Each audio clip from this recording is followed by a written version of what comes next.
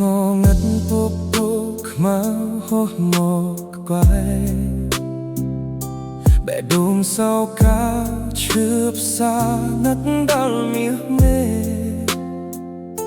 តើអូនដឹងទេថាបងនឹកពូខ្លាំងណាស់រងហេញាក់ញ័រក្នុងទ្រូងខ្វះអ្នកថ្នាក់ធ្នមទឹកភ្លៀងធ្លាក់មកដោយទឹកភ្នែកបងហូរគ្មានថ្ងៃលហើយព្រោះស្នេហ៍សៅមកសង្ឃឹមថាមេឃនឹងស្រឡះដងឲ្យបងបានជួបស្ងួនមាសមេម្ដងទៀតបើសិនភ្លៀងឈប់រលំសង្ឃឹមជួបគ្នាបញ្ចប់ភាពរងាបញ្ចប់ភាពឯកាចង់កាន់ដៃអូនដោយកាលពេលមុនណាអង្គរទេវតាឲ្យយើងបានជួបគ្នាវិញអង្គុយមើលភ្លៀងធ្លាក់កាត់មុខបងអួយ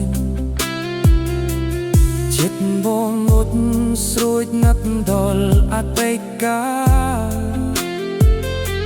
ស្នាមញញឹមមកដែលបងធ្លាប់បានស្គាល់ឲ្យលើបាត់ស្រមោលទៅទីណាឆ្ងាយទៅ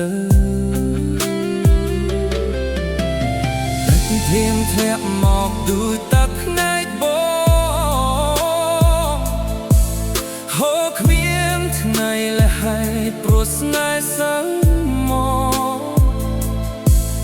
សង្ឃឹមថាមេឃនឹងស្រឡះដងឲ្យបងបានជួបស្ងួនមាសមេម្ដងទៀតបើសិនភ្លៀងឈប់រលំសង្ឃឹមជួបគ្នាបញ្ចប់ភាពរងាបញ្ចប់ភាពឯកាចង់កាន់ដៃអូនដូចកាលពេលមុនណាអង្គរទេវតាឲ្យយើងបានជួបគ្នាវិញបងដឹងថាវាពិបាកនឹងត្រឡប់ត្រយ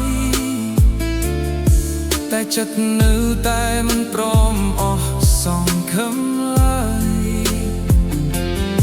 ទោះបីជាត្រូវរំចាំដល់អស់ដងហាមហើយក៏នៅតែចាំអូនតែម្នាក់គត់ក្នុងចិត្ត